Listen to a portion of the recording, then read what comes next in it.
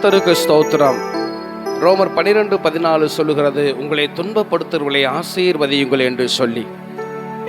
தேவனுடைய மனுஷனாகிய தாவீதை தேசத்தின் ராஜாவாகிய சவுல் தீங்கு செய்ய வேண்டும், அழிக்க வேண்டும், தேசத்திலே வளரவிடக்கூடாது, ராஜாங்கத்திலே உயரவிடக்கூடாது என்று சொல்லி துரத்தி வந்த பொழுது, அவரை தீங்கு செய்ய வாய்ப்பு கிடைத்த பொழுதும், குறிப்பாக இரவு நேரத்திலே அவர் படைவீரர்களோடு நடுவிலே தங்கியிருந்த பொழுது தாவீதும் அவருடைய உதவியாளரும் கடந்து போகிறார்கள். உதவியாளன் கேட்கிறான், சவுலை ஈட்டியினாலே ஒரே குத்தாக குத்தி கொண்டு விடட்டுமா என்று சொல்லி.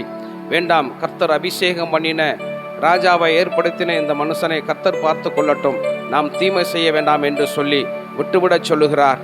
அது மாத்திரமல்ல, மறுநாள் காலையிலே மலையின் மேல் நின்று கொண்டு மலைக்கு கீழே இருந்த சவுலை பார்த்து தகப்பனே என்று சொல்லி அன்போடு அழைக்கிறார்.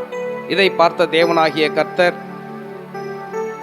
தாவீதை ஆசீர்வதித்தார், சவுலை ராஜ்யபாரத்தை விட்டு அகற்றினார்.